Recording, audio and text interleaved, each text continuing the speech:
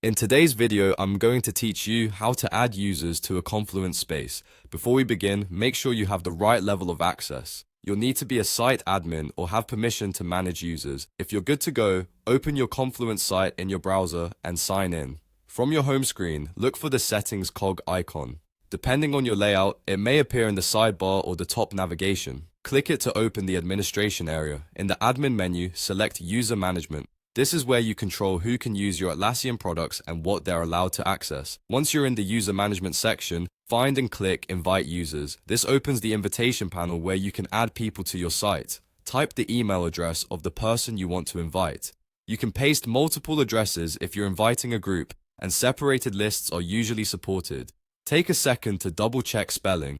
Invites are sent to exactly what you enter. If your organization requires company emails, stick to those to avoid bounced invitations. Next, fill in any highlighted or required fields. You may see an optional message box where you can add context like the team or project they're joining. A short note helps recipients recognize the invite and speeds up onboarding. Now, choose the access you want to provide. You'll typically see product toggles such as Confluence and sometimes group selections.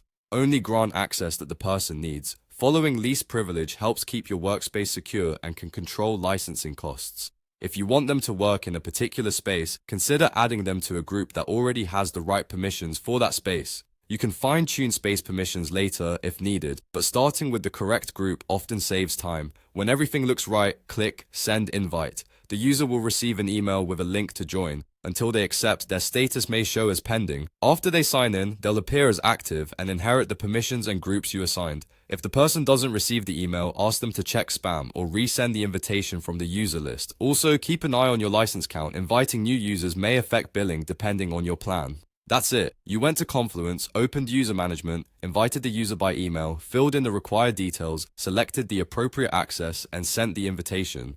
Follow these steps each time you need to add someone new, and your spaces will stay organized and secure.